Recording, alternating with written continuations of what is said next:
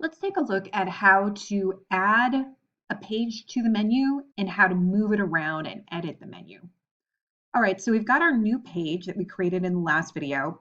Now let's reorder those pages. So the first thing that you'll notice is that in this Site Pages section, we do have this reorder page link. So I'm going to click on that. Now that I'm here, I can do everything that's kind of listed in this sort of how-to area. I can basically just drag and drop to reposition where this page lands. So if we wanted an about, we can pull it down there. If we want it to end up after scholarships, we can stick it over there. So you get the idea. It's really quite easy to do. So to save our changes, we click Save Page Order.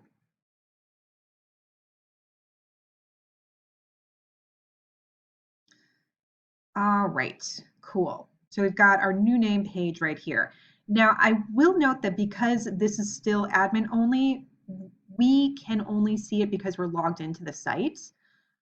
Just as an illustration, I've created this hidden section for all of the kind of admin only pages that you might have.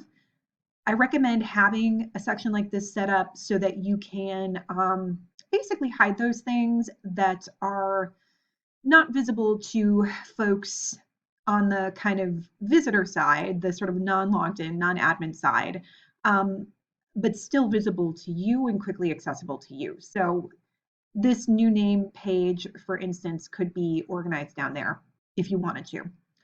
All right, so that is how you add things to a page. Also, when you're creating a page too, if we go to this edit mode, there is a way to position and menu even within this section as well. So just FYI, this is another kind of quick and easy way to add things to the menu or take it out of the menu.